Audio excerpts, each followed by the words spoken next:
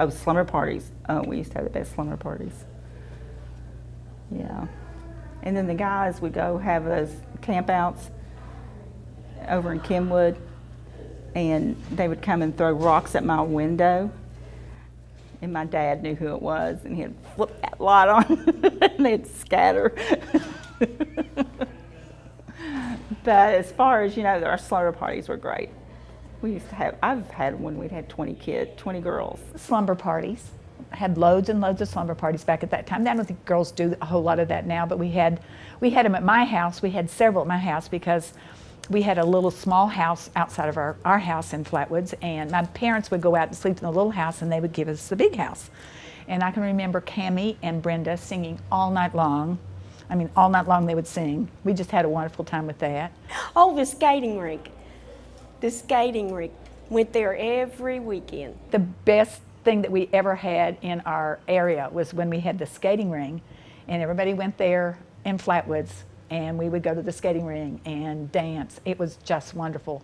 And Rodney and all these guys that are here now, we had the Mustangs and the guys that played, and we absolutely loved it. I was manager of the basketball team, so I got to go to the state tournament 2 years in a row, 67 and 68. That was a really nice, fun trip, and that's probably the highlight as far as doing things. I didn't play in the band, so, played a little bit of baseball.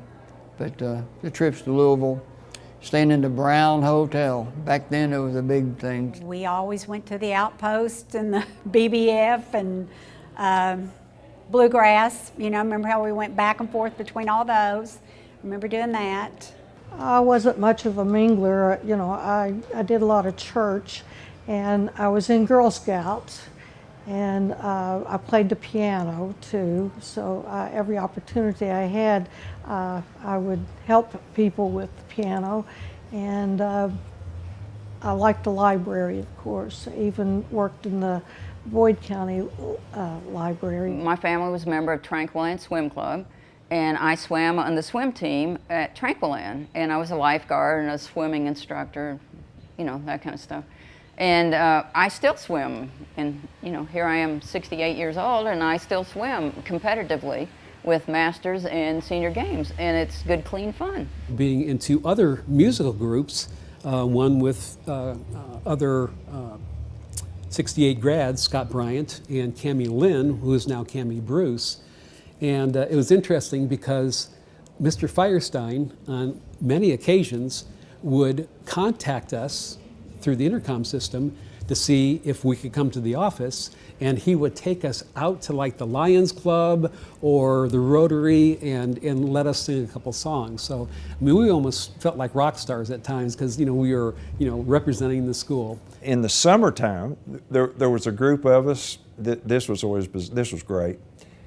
Terry Wells, in the back of his house. Now this sounds bizarre. There was an old chicken coop or something like that, an old shed back there, and we used to camp out in the summers. And there would be 6 or 8 of us. We'd sleep in sleeping bags out there, and they'd made sort of like bunks there. And under the guise of camping out, once in a while we were known to roam the greater neighborhood of the Russell High School area, and although not a member of the particular swim club, sort of Tranquiland, we've been known to swim in there in the wee hours of the morning.